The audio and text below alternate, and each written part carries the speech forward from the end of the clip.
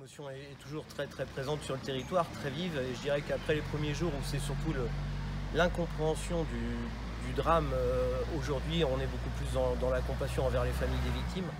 Et ils étaient tous pères de famille, on pense bien sûr à leurs femmes, enfin voilà, d'autant plus que moi dans mon cas je les ai rencontrés, donc on est d'autant plus touché par cette détresse humaine quand on la côtoie. Et oui, forcément, le territoire tout entier pense énormément aux familles des victimes. Beaucoup des habitants m'ont demandé où ça s'était produit, alors pas du tout par voyeurisme, juste parce qu'ici on connaît tous les locaux.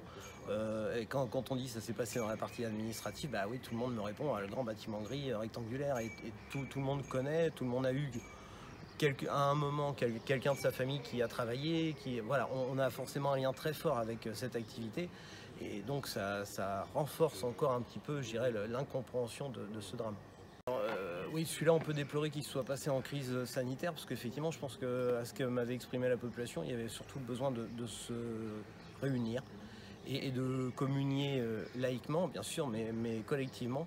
Et ça, on n'a pas eu la possibilité de le faire, c'est regrettable. Donc on verra en fonction. Enfin, moi, là-dessus, je réagirai purement en fonction de la demande des habitants.